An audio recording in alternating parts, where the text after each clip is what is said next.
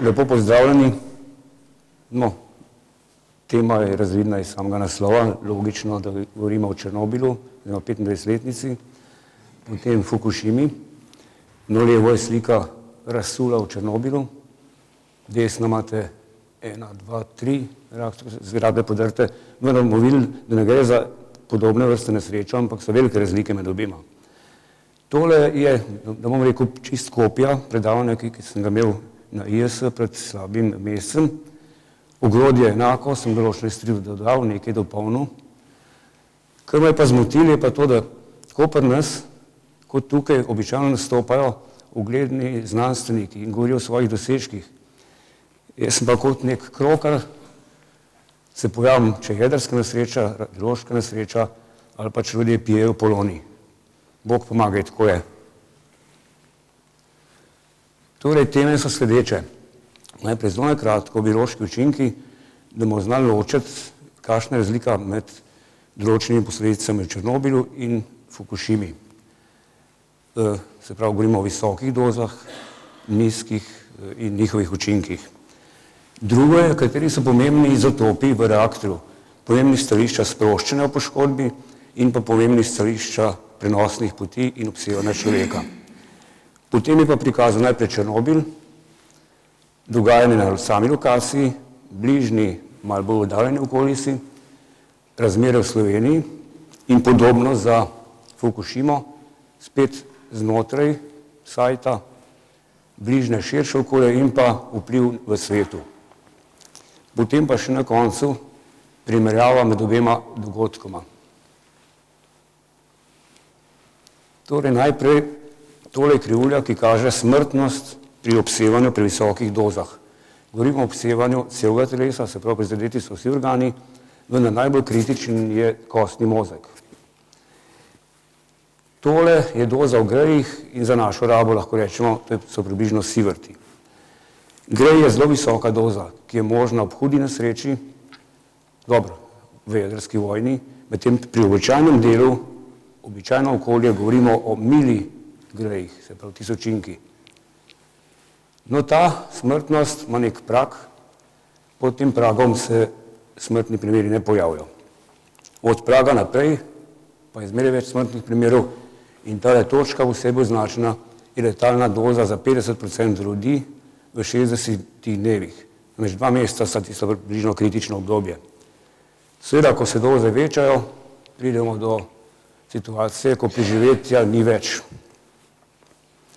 No, pri normalnem delu je to čisto irelevantno, ker rekel sem, doze so milisiverti ali pa mikrocelo.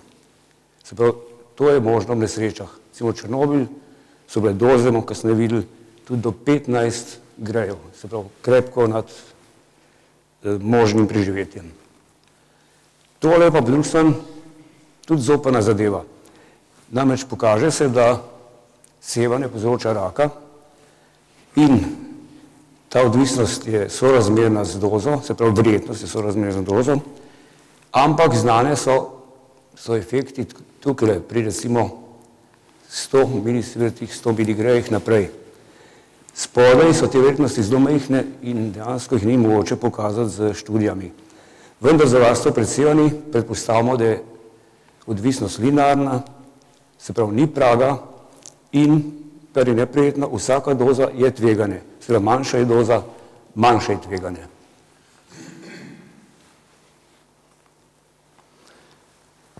Da varno delamo z viri sevanja, so neke dozne omejitve, poleg ostalih drugih zadev. Za delavce so te omejitve 20 milisivertov letno. V tem primeru, če bi šli računati, je tveganje za raka zelo majhno, skoraj zanemarljivo. Za prebivalce je omejitev bolj ostra, jasno, recimo delavcev je majhen delež prebivalstva, recimo Slovenija ima okrog 5000 delavcev z viri sevanja, prebivalcev je 2 milijona. Oboje tole ne vključuje naravnega sevanja in pa recimo medicinskih pregledov. Če so nastopajo izredni dogodki, kot je recimo Fukušima, takrat ne morate več shajati s to omejitvijo, ker so pogoji toliko hujši kot normalno in treba je reševati življenja človeška, treba je preprečevati hujše posledice, tako da takrat uvedejo intervencijske nivoje. Mednarodno je priznano, da nekako v teh pogojih ne bi bile omejitve znotraj 500 milisievertov. To se sliši ogromno proti tej osnovni omejitvi, ampak 500 milisievertov pomeni, smo pod pragom tiste prve krivulje, zdrav ni tistih takojšnjih efektov, in drugo, kljub temu je tveganje za leukemijo, raka relativno majhno in sicer 2%. Da malo znamo primerjati številke, naravno severne tipično je 2,4 milisieverta letno. Še tole, to so letne doze, to je pa seveda doza v dogodku. Če nekdo doseže to dozo v 3 dneh, pač se mora omakniti. No, še meni, da Japonci so sprejeli polovično tole številko. Bomo pa videli, kaj pa dejansko stanje za njihove delavce. Tole so procesi v reaktorju. Jedro urana, ujame nevtron, uran je že itak obilno jedro in nevtron ga toliko razmaje, da ni več stabilen in razpade na 2 novi jedri. Ob tem se sprosti ogromna količina energije, 200 MeV, in pa tale slika malo laže, dejansko razcep ni simetričen, ampak dobimo eno jedro, ki je približno tretjina urana, pa drugo, ki je 2/3. To kaže tale krivulja. Tele spodnji deli so jedro okrog 90, zgornji okrog 140. Ta jedra so zelo radioaktivna, kar ima več posledic. Eno je ta, da ko ugasnemo reaktor, tale razpad, ti razpadi še zmeraj rojevajo toploto in je treba zato ugasnjen reaktor hladiti. To je bistveno drugače kot recimo elektrarna na premog, ko jo ugasnete, greste lahko na pivo ali pa na morje. Drugo je, če pride do poškodbe sredice, ta jedra pobegne v okolje in to je problem za prebivalstvo in sploh za okolje. In tretje, ko reaktor enkrat dokončno ustavite, morate pač te produkte nekje varno shraniti, so to pač odpadki. Zdaj pa stališča razširjena izotopov iz poškodovanega reaktorja. Ločimo lahko razne skupine, ki se ene bolj širijo v okolje ali pa hitreje, druge počasneje. Recimo žlahtni plini, kot je ksenon, to je plin, in če imate poškodbo goriva, plin bo pobegnil ven. In če je poškodovan še barijera med sredico pa med okoljem, pač pobegne v okolje. Ampak, ker je žlahtni plin, se ne akumulira v telesu, ampak dejansko obseva človeka samo, ko gre oblak pač preko tistega mesta. Druga skupina so jodi.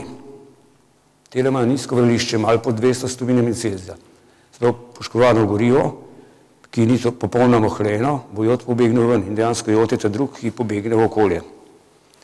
Jod je pa zopen, ker se nabira v ščitnici in to ob inhalaciji, ko gre oblak preko nas in pa potem, ko se usede na tla in ga pač jemo s hrano ali pa preko kravjega mleka dobimo v telo. Potem sta 2 cezija, 30 let, 2 leti, vrelišča skoraj 700 stopinj, se pravi tudi pri poškodovanem gorivu relativno hitro pobegne v okolje. Oba cezija se usedeta in povzročata zunanje obsevanje, po drugi strani se lahko deponirata in pride spet skozi hrano v organizem. Tale AP pomeni, to je aktivacijski produkt, C134 ni fisijski produkt, kar za nas ni bistveno. Potem so pa še težje jedra, kot je stronci, tam ima vrelišče 6000 stopinj, in očitno v Fukušimi, saj v zgornji fazi temperature niso bile tako grozne, ker stroncija so zelo malo najdeli v okolju. Zdaj pa pota izpostavitve in načini. Elektrarna že pri normalnem delu občasno in kontrolirano izpušča majhne količine radioaktivnih snovi. Ob nesreči seveda je to izpuščanje nekontrolirano in takrat imamo več načinov izpostavitve. Eden je sevanje iz oblaka, ki gre nad nami. Potem, če smo v samem oblaku, lahko vdihujemo radioaktivne snovi, ampak to oboje je prehodno. Ko se izpusti neha in oblak preide naše področje, teh izpustitev ni več. Ampak ob prehodu oblaka se nekaj izotopov usede na tla. Posebej je ta used izjemno velik, lahko če so padavine. To je bilo recimo v Ljubljani ob Černobilu, so imeli skosene plohe in smo imeli sigurno ne vem koliko več useda, kot bi ga imeli ob suhem vremenu. Recimo Madžarska je bila manj kontaminirana kot Slovenija, ker Madžarska ni imela dežja in šel oblak preko njih, pa udaril po nas. Prav to je prehodno. Tole pa ostane na tleh in seveda, če so izotopi dolgoživi, lahko še leta in leta povzroča dodatno obsevanje. Po drugi strani pa obsedli izotopi pridejo v prehransko verigo, posebej je tle pomemben jod preko trave v kravo in mleko. In pa v Fukushima je bilo izrazito tale problem, ker je ogromna količina radioaktivnih snovi tekočino tekla v morje. Tako da tam pride do akumulacije teh izotopov lahko v raznih morskih organizmih. Kot rečeno, to je dolgoročen proces. Zdaj pa Černobil. To je stara tabla, včasih je bil tamle E, to je druga črka, to je bilo po rusko, Ukrajinci šparajo, pa so samo O čez napisali. 26. april 86. Imeli so 4 enote, približno po 1000 megavatov, gradili so še 2 enoti tele zadaj in seveda nikoli jih niso potem niti nadaljevali in nesreča se je zgodila na tele enoti, številka 4. Tele je že slika narejena, ko je bila tista razvalina reaktorska pokrita z tako imenovanim sarkofagom. Bom počakal, da gre enkrat skozi tole.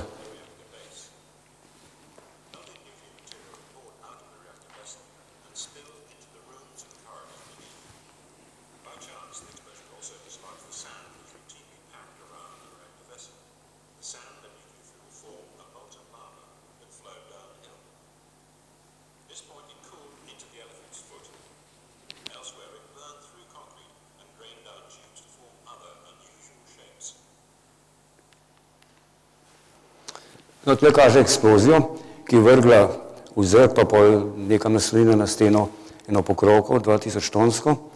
Potem se je začela zadeva pregrevati, eksplozija je porinila reaktorski jedro malo navzdol in po določenem času se je sledica stalila, požrla dno reaktora in se razlila po kleteh in ustvarila tiste čudne oblike. To, ko se začne taliti,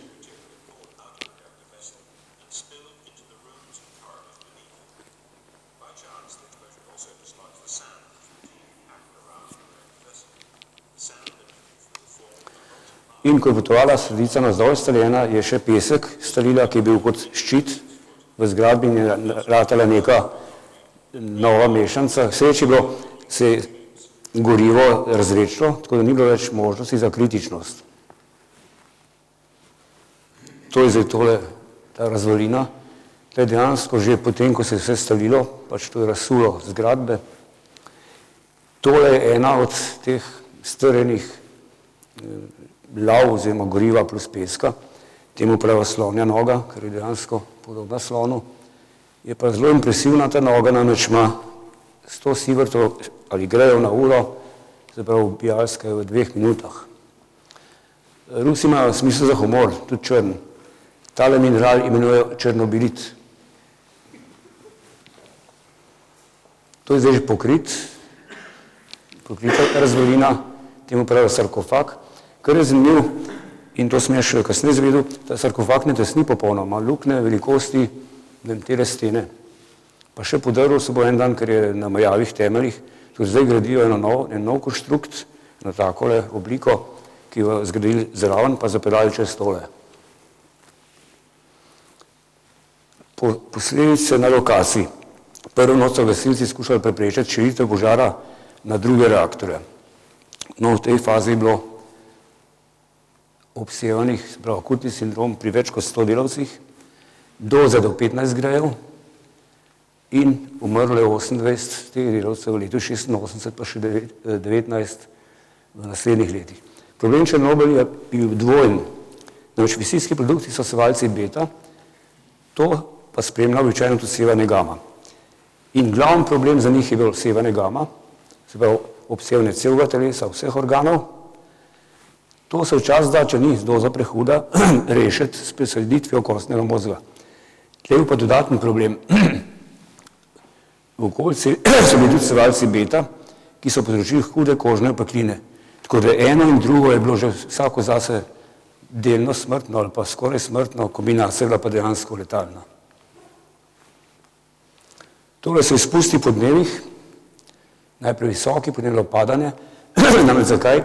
S helikopterju so metali na reaktor, oziroma razvalino reaktora, 5000 ton peska, svinca, še enih drugih materialov, da bi pač udušili zadevo in dejansko je to najbolj bilo uspešno. Potem se je pa začel tista sredica pregrevati, ker je bila pač pokrita, izpusti so se povečali in naenkrat padli.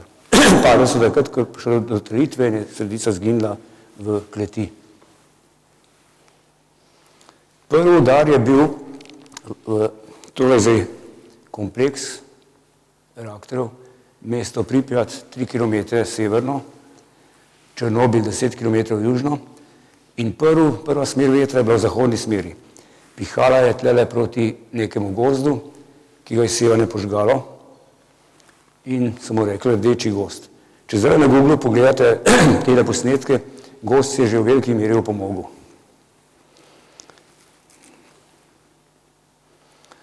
In kaj je zanimivo, področje je zaprto in tle uživajo zdaj divje živali, so volkovi, bizoni. To je pa zanimiv konj. To so konji živalski, mongolski divji konji, ki so tam izumrli in so ostali samo še v nekih živalskih vrtovih in pa Ukrajina jih je imela v nekem rezervatu na jugu. In leta 1998 so te konje preselili, nekaj teh konj preselili v tole cono in jim dobro uspeva, tako da se je število zelo povečalo, v zadnjem času pa stagnira, menda je problem, so divji lovci. Tako da, če te ne ubije Černobil, te pa ena banda lovska. Drug udar je bil proti severu, tle so elektrarne, to je mesto Pripjat, kjer so živeli delavci njihove družine. 36 ur po nesreči so vse ljudi evakuirali, to je 50 000 ljudi in to je orenk logistično naporna akcija. Namreč morajo se zbrati 1000 avtobusov. No, mesto seveda zdaj propada, jasno, naseljeno ni, nikoli več ne bo. Kontaminacija je bila predvsem neenakomerna v okolju. To je tale prvi jezik, zahoden, potem pa predvsem proti Belorusiji, ki je severno od teh reaktorjev, so bila znatna kontaminacija. In v začetni fazi so evakuirali območje 30 km okrog Černobila, najprej mesto Pripjat, pa Černobil, pa še manjše vasi. Kasneje so to območje razširili, ker so imeli dodatne meritve na pač neko bolj nepravilno obliko in so od tam potem preselili ljudi. Je pa zanimivo, v tem območju nekaj 100 povratnikov, predvsem v južnem delu, ki je dosti malo kontaminiran. To so stari ljudje in nihče ne preprečuje tega. Namreč stari ljudje, če sem malo ciničen, rak ima latentno dobo in nimajo časa, da bi doživeli, da bi se bolezen razvila. Pa še risk faktorji so pri starejših ljudeh manjši, kot recimo pri otrocih. No, to so taki ljudje, okolje je dosti bedno, ampak ni posledica Černobila dejansko, to so bila okolja, ki so po moje se ostala v času carske Rusije po razvitosti. Seveda kontaminacija ni bila omejena samo na tole ožje območje, ampak tudi, ko se je oblak širil in če so bile padavine, je prišlo do depozita tudi na drugih območjih. To je recimo v Belorusiji predvsej tegale, potem v Rusiji, manj v Ukrajini. Zdaj to, da je Kijev ven padel, jaz ne vem, lahko to je politična dozimetrija ali pa je res.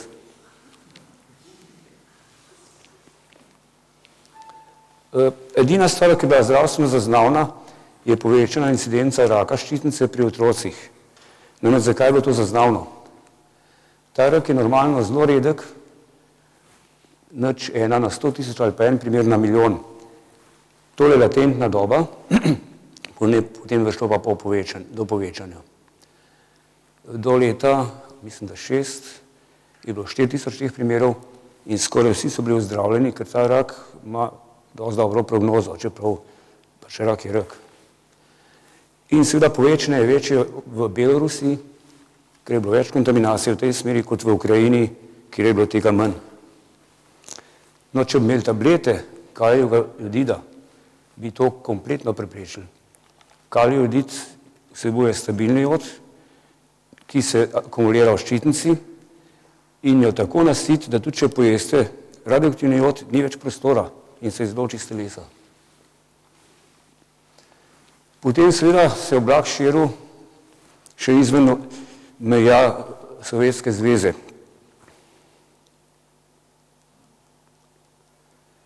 Tole je prvi val proti Skandinaviji, drugi Zahodna Evropa, vključno z nami, pa tretji pol, ki je udaril po Srbih, Turkih, pa še kom.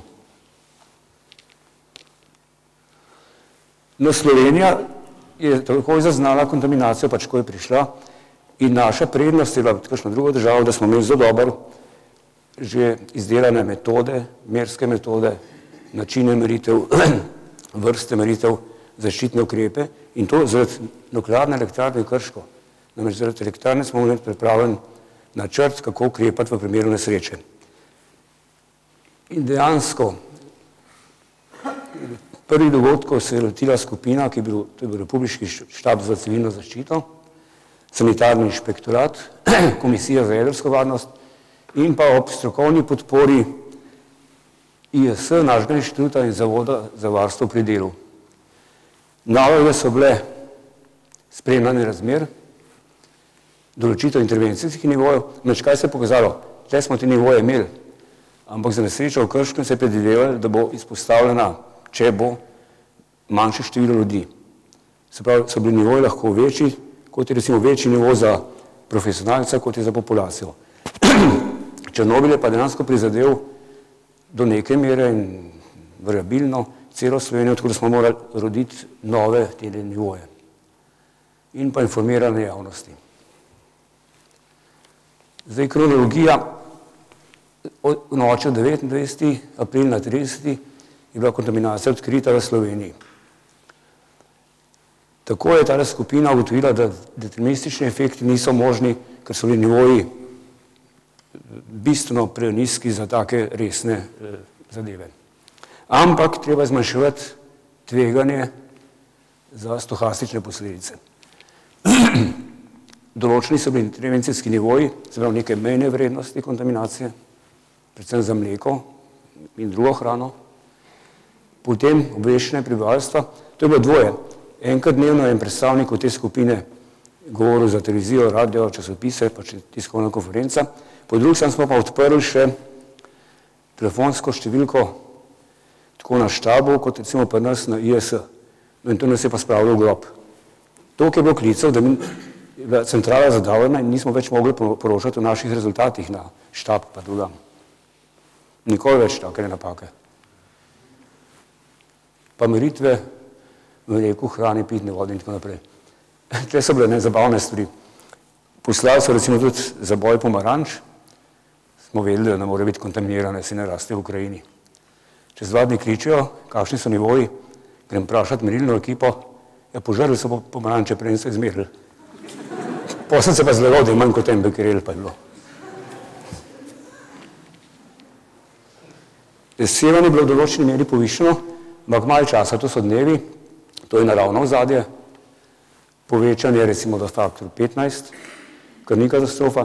Je pa očitno spektr bil izotopom drugačen, kot je v Fukushimi, bom kasneje povedal zakaj. In so bili prisotni relativno kratkoživi izotopi, ki so dajali večino doze in zato je tole hitro padlo in danes, oziroma že nekaj let, lahko sam z najbolj občutljivo metodo še najdete v zemlji sledi cezija, ki je pa čist nepomemben z kjerkoli vidika. No, naša prva slovenska meja za jod v mleku je bila 100 bekerelov na liter. In zanimivo je, tudi po Evropi so bile podobne številke, Avstrija 100, Nemčija je bilo odvisno, ena država 100, ena 300, skratka zelo pestro, ampak tega ranga. No, potem smo vedeli, ko je Unija predlagala 300, Jugoslavija to sprejela in seveda Slovenija tudi, kar je logično, ampak pa se je začeli popiti v časopisih. Avstrija ima 100 bekrelov, Slovenija 300, se pravi Avstrija pasna prebivalstva, Slovenija pa pusti obsevati. No, dejanske vrednosti niso bile tragične, 100 pa še nekaj bekrelov v povprečju. Ne vam kot primer, deževnica v prvih dneh je imela tudi 30.000 bekrelov na liter joda. Če spijete liter take deževnice, je to nič 66 milisiverta. Sploh že skoraj tista mejna vrednost za normalne dogodke. Tole so cene doz za leto 86 za Slovenijo. Okrog nič 7 mili za odraslega, pa 1 mili za otroka. Ob tem, da je ravno sevanje 2,4 milisiverta tipična vrednost na leto. To smo vedeli že v juniju, kar je zanimivo za naprej, ker še nismo vedeli, kaj bo v pridelkih, ampak iz useda se da z nekimi transfer faktorji oceniti, koliko bo prišlo določenega izotopa v določeno rastlino. Tako smo te ocene naredili in pa so meritve pokazali, da so le približno v redu številke, celo mogoče malo konzervativne, kar je zmeraj ugodno. Glavnina te doze je bila, tretjina je bila od zunanjega sevanja, se pravi depozita, 2/3 od ingestije, hrane, mleko in ostalo in zelo malo od inhalacije, zato ker izotopi so bili prisotni v zraku samo nekaj dni, potem pa jih ni bilo več. Leta 1999 smo imeli zanimivo vajo mobilnih enot prav na področju Černobila. Da vidite, Moral 12, Moral ni Morala, ampak je Mobile Radiological Laboratories. 12 pomeni, da je bila to 12. vaja po nesreči, namreč od nesreče naprej so se redno srečavale te ekipe in upravljale razne meritve in primerjale rezultate. Tole je konvoj v Ukrajini, tole je še naš prejšnji avto. Ekipe so bile pa Francija, Švica, Nemčija, Avstrija, Madžarska, Slovaška, pa verjetno še kdo. Imeli smo spremstvo, policijske smo divjali kazverine po teh cestah. Vse šoferja sta tle, bosta lahko kaj povedala. Tole je merjenje na celi poti od Ljubljane do mesta Ivankov, ki je 50 km južno od Černobila. Meritev poteka takole. Tukaj imamo občutljiv inštrument, to je ionizacijska celica, v avtu je tudi GPS in seveda merimo sevanje, lokacijo, pa zapisujemo na računalnik. Tole so meritve 5-sekundni intervali. To recimo je tunel, kjer je sevanja nekaj manj. Tole so Karpati, kjer je malo dvignjena cesta, pa je kozmičnega sevanja več. To ni vpliv Černobila, ampak ko smo gledali dol, je bil nek svež asfalt in očitno malo drugi materiali kot druge. Tako da tole ni bilo nič posebnega. V Bijalsko je pa tole. Ure vožnje, 30. To je pa zaradi šoferjev, ki sta tako počasna. Jaz bi prišel v 6 urah. To so pa zdaj meritve znotraj območja od mesta Ivankov do prve kontrolne točke, ki je 30 km južno, potem druga točka je mesto Černobil, 10 km od reaktorjev. Tole je skoraj normalno, tle pa zelo pestro, ponekod so odložili dosti radioaktivne snovi, so nivoji kar visoki. Recimo rekord, ki smo ga zmerili, bil 4000-krat nad ozadjem. To je bilo tle nekaj na tem travniku. To je ob sarkofagu, rečemo 200 metrov od sarkofaga, mesto Pripjat. Tole je normalno ozadje, 100 nanogrejev na uro, 2, 3, 4, se bo 4-krat povečano, ampak okolica je zopna, ker mesto so delno dekontaminirali. To imam pa za predavanje ponovati.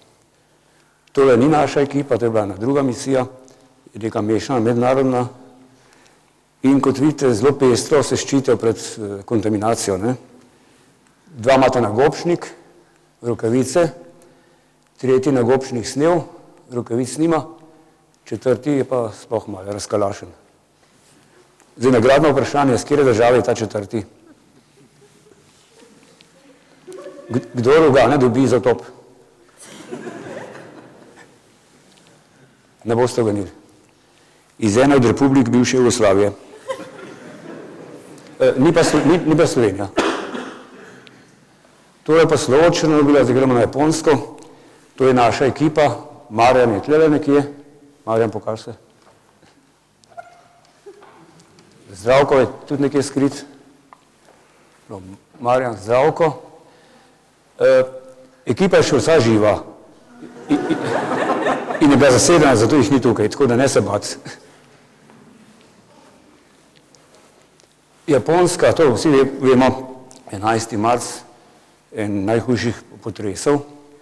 Na tem območju v bližini so 3 jedrski kompleksi, Onagawa, Daiichi 1, Daiichi 2, pa to kaj. Poškodovane so bile elektrarne v Daiichiju 1. No, jasno, da potres in tsunami so naredili ogromno škode, žrtev povzročila, to je pač nekaj slik, ki jih poznamo iz interneta, ampak seveda za nas je bolj, pa tudi več odmeva je bilo pravzaprav o jedrskih nesrečah. Japonska ima 55 jedrskih elektrarn, ali pa če sem zloben, jih je imela. Moč je 45.000 megavatov, to je za 60 naših nukleark.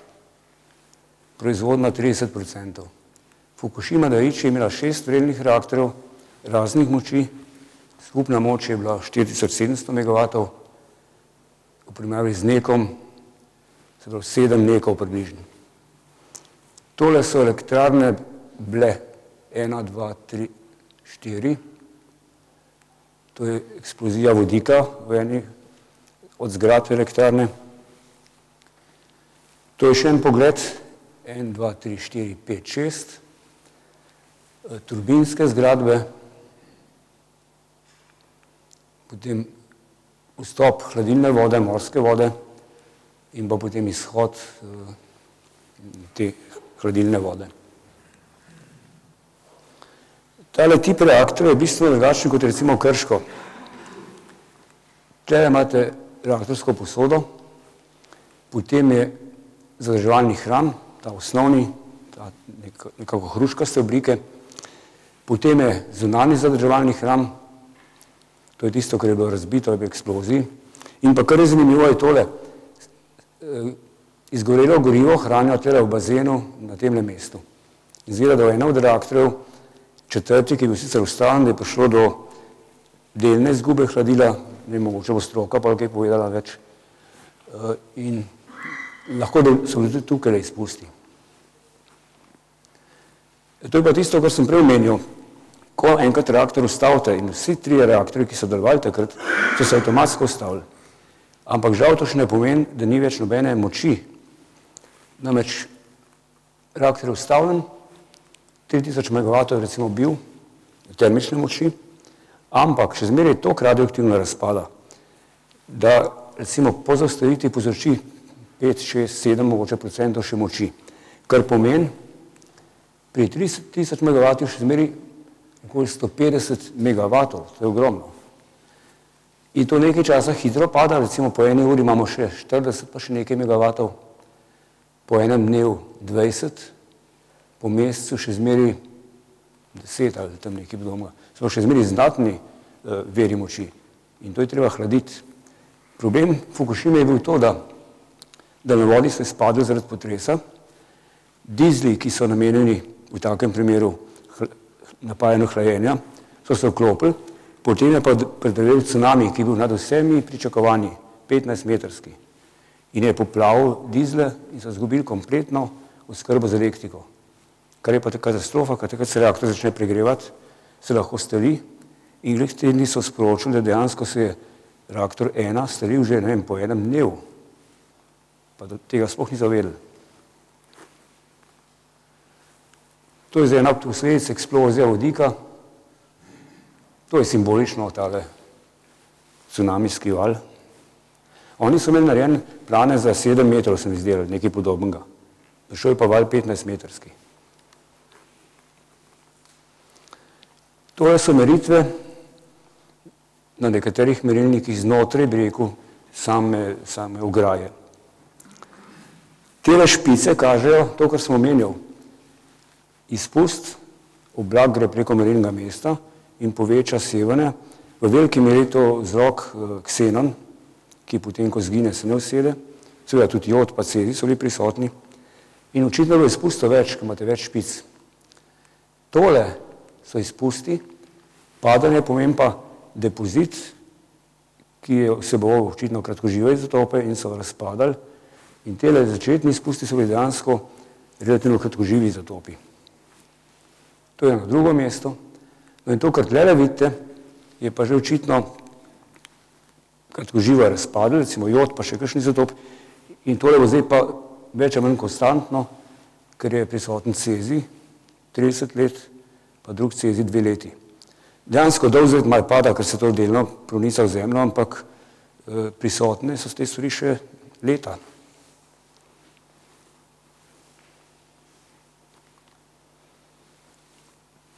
To je spet eno na nekih merilnih mestih.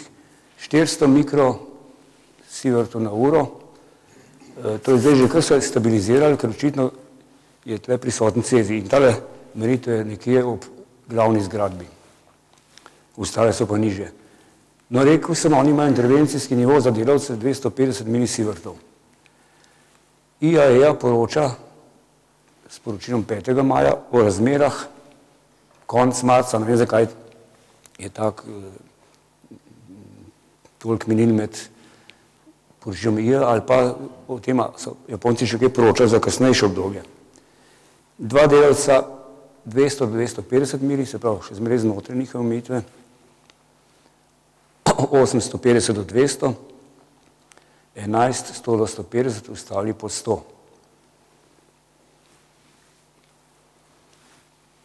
Japonci so imeli prednost pred Černobylom to. Černobyl je se zgodil sred delovanja reaktorja, brez opozorila, brez napovedi.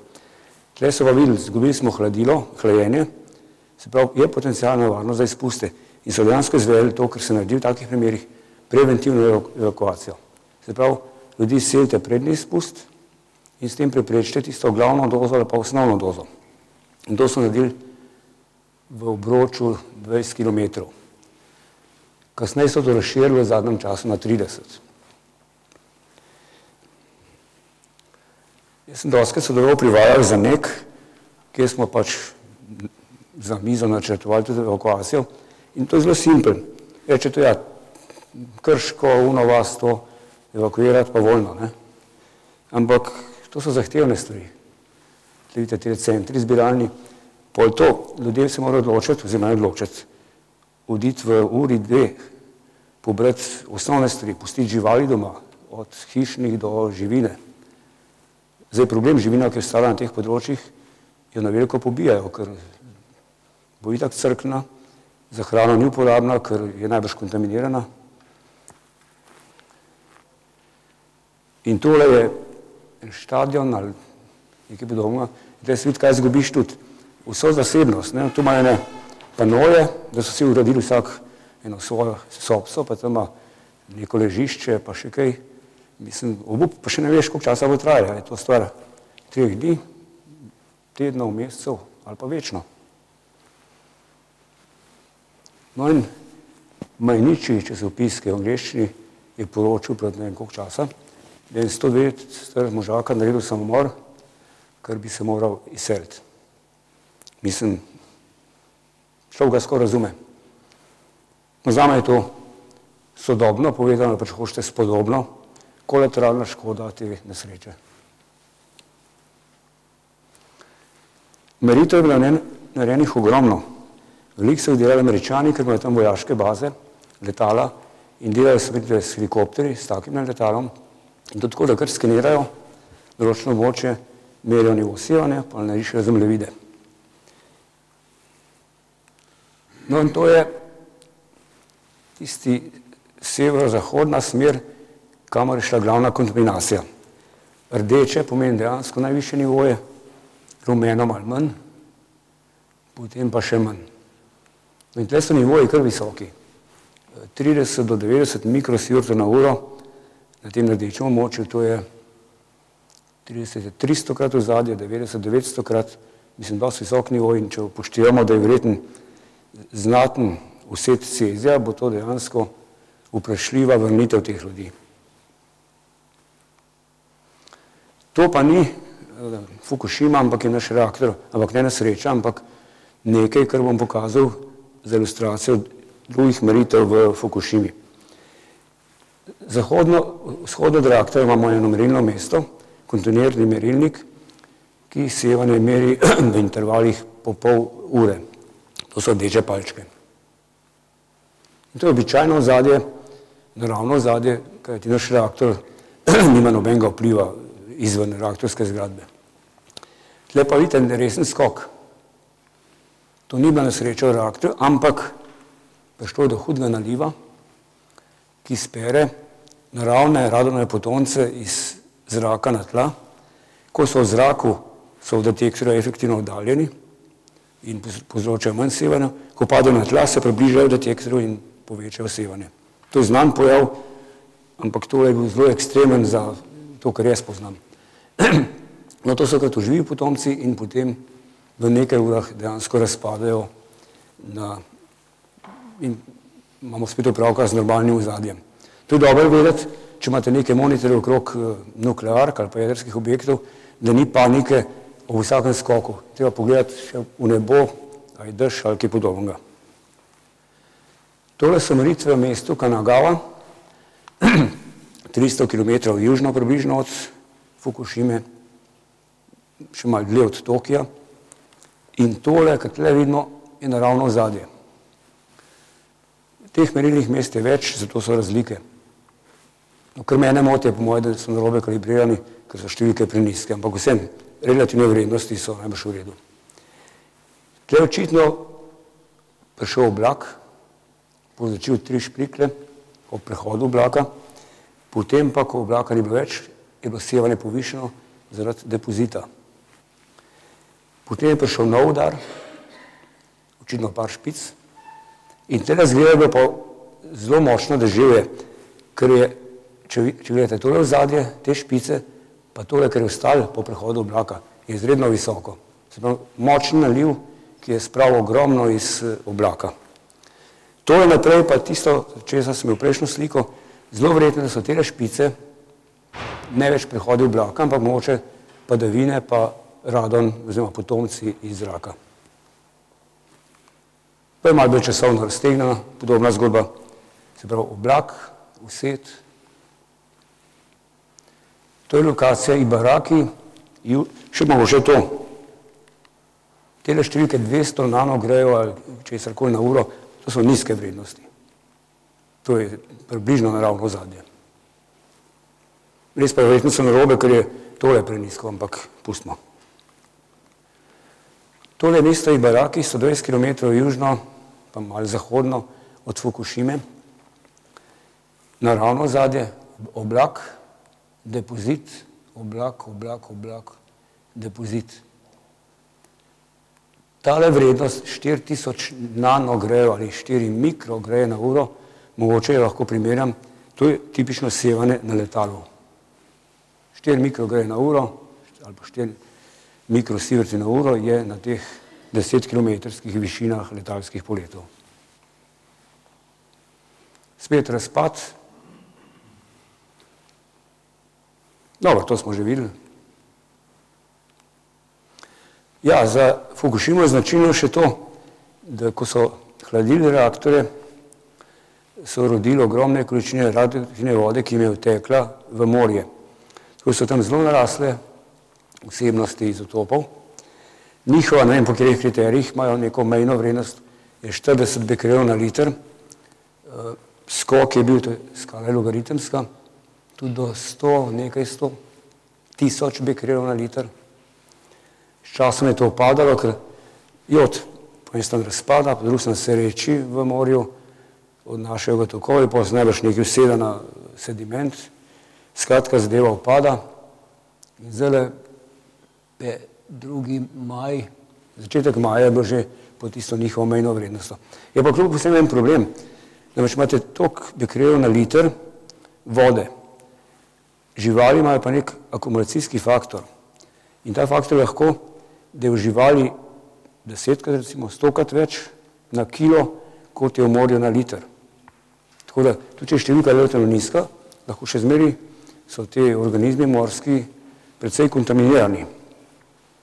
Je pa sigurno to bistveno manjši problem, kot so zračni izpusti in pa kontaminacija zemljišča. CTBTO, Comprehensive Test Ban Treaty, to je neka mednarodna organizacija, ki ima celo mrežo merilnih postaj, od seizmičnih, akustičnih, hidroakustičnih in pa tele oranžni kvadratki meritve radioaktivnosti. Namen teh postaj je odkriti kakšno jedrsko eksplozijo, ker večina držav je podpisala pogodbe ali ne vem kaj, da bojo prenehali in ne bo več izvajali jedrskih poskusov. No jasno, te postaje so znale tudi Fukushimo. Treba poudariti, te metode so izjemno občutljive, tako da dejansko, če malo pretiravam, vidite že par atomov v enem kubičnem metru zraka. Tole so meritve na teh postajah, datumi, vsebnosti, skala logaritemska, se pravi strahotno, je potlačila dole razlike. In tole je ena japonska postaja, mislim, da je 300 km stran od Fukushime. Potem so pa Azori, Havaji, Štokholm, Amerika, Rusija, Island, Nemčija. To so pa tele meritve. Kar je zanimivo, tale japonska se približa nemški vrednosti za jod v zraku v času Černobila.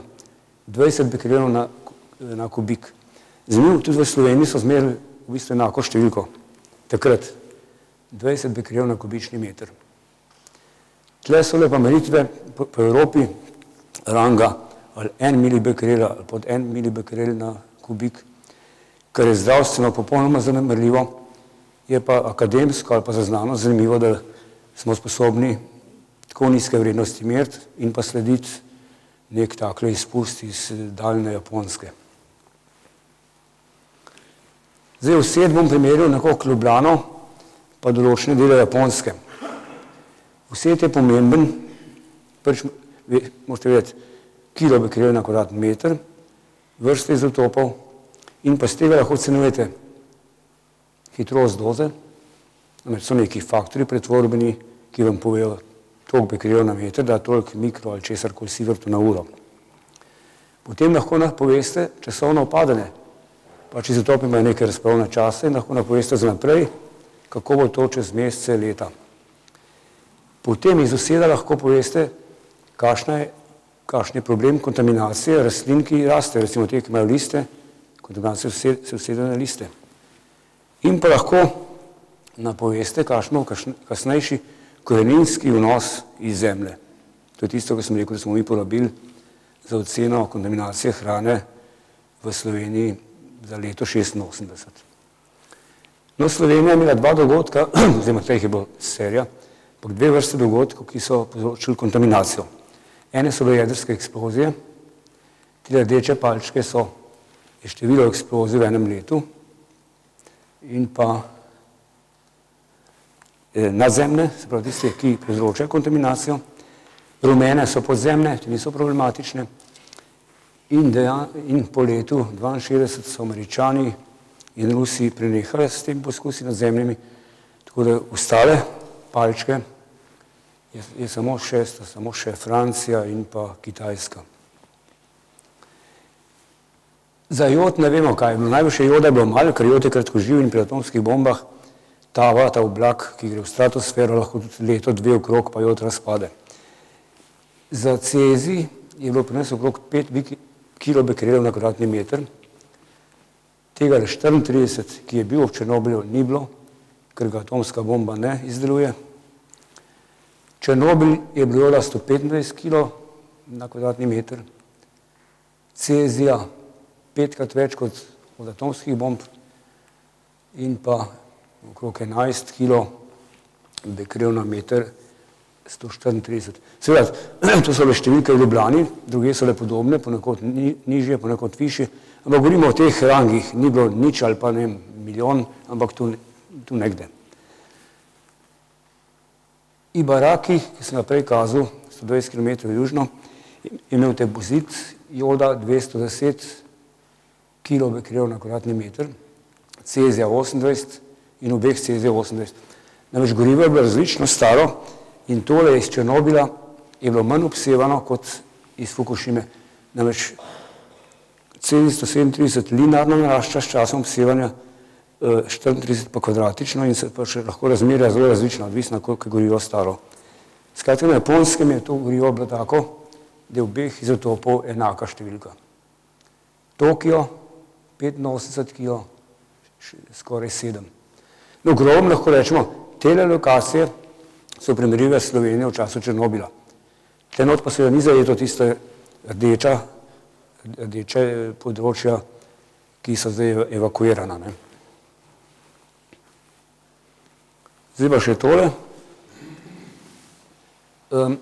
Najprej sem imel namen pokazati dva slajda. En razlike Černobil, Fukušima, druge pa podobnosti. Podobnosti nisem najdel, tako da je to edini slajd. Tip reaktorja, to je ruska oznaka RBMK, ima grafitni moderator in to je bil verjetno tudi problem, pač moderator se je vžgal in je gnal ogromno radioaktivnosti v okolje. Tle so vrelni reaktori, v samem reaktorju voda vre in potem žene turbine. Število reaktorjev Černobil 4, 4000 MW, Fukušima 6, 4700. Vzroki za nesrečo. Černobilski reaktor je bil mogoče malo nerodno zasnovan, je imel določene lastnosti, ki niso najbolj ugodne za varno delovanje, predvsem pa ogromno je prispeval človeški faktor. Več zaporednih napak in na koncu je dejansko reaktor podivjal in eksplodiral. Fukušima, potres sam še ni naredil nesreče. Namreč senzori so 3 delujoče reaktorje ustavili, potem so dizelski generatorji začeli hladiti, na kar je prišel tisti pošasen cunami in je uničil dizle in so ostali brez električne energije. Poškodbe, reaktor 4 uničen, požar, kitajski sindrom, to pomeni to, da se gorivo stavi, požre dno. Ideja je ta, v Ameriki požre dno, gre skozi zemljo in pride ven na Kitajskem. Zato je kitajski. Tle fukušimski je pa ne vem, je pa mogoče ameriški, če je Amerika na drugi strani. Černobil izpusti atmosfero, Fukušima atmosfera, morje. Trajanje izpustov, Černobil 10 dni, potem skoraj nič. Fukušima, ste videli razne tiste špice prehoda oblaka, očitno kratkotrajni izpusti, občasni. Seveda še zdaj nekaj spuščajo, ampak tiste špice so bile izrazite, to, kar pa zdaj zaenkrat uhaja, je pa bistveno manj. Tole je pomembno, v Černobilu reaktorji izdelovanja razneslo, kar pomeni, da so prisotni še zelo kratkoživi izotopi, ki lahko veliko povzročijo doze ob izpustu.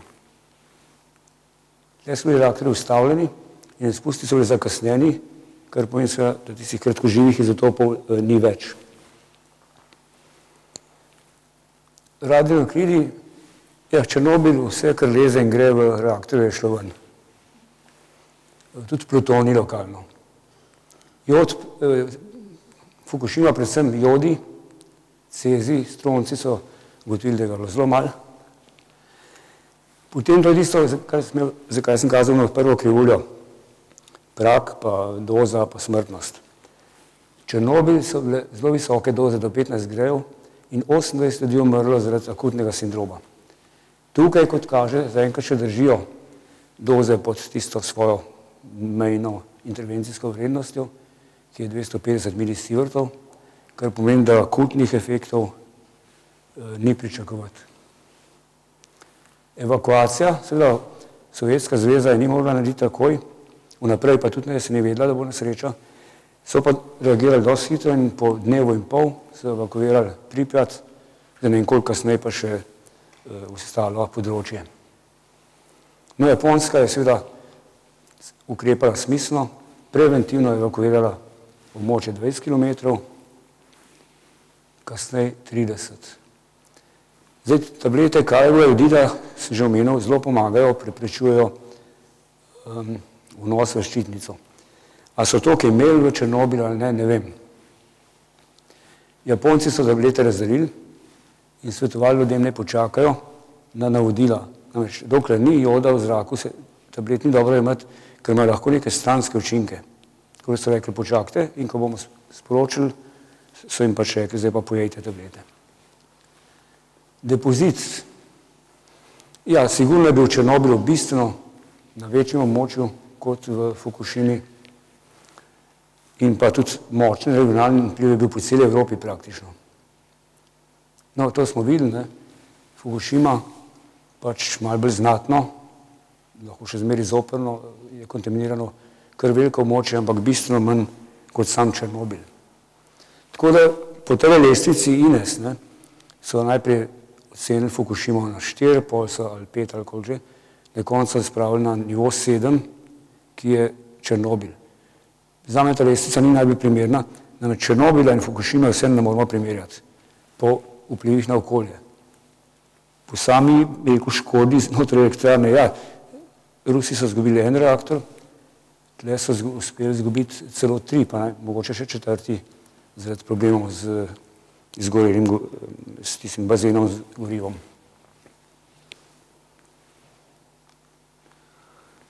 Še žalostna novica. Ampak je res. Ni pa to Fukušima, niti ni Černobil.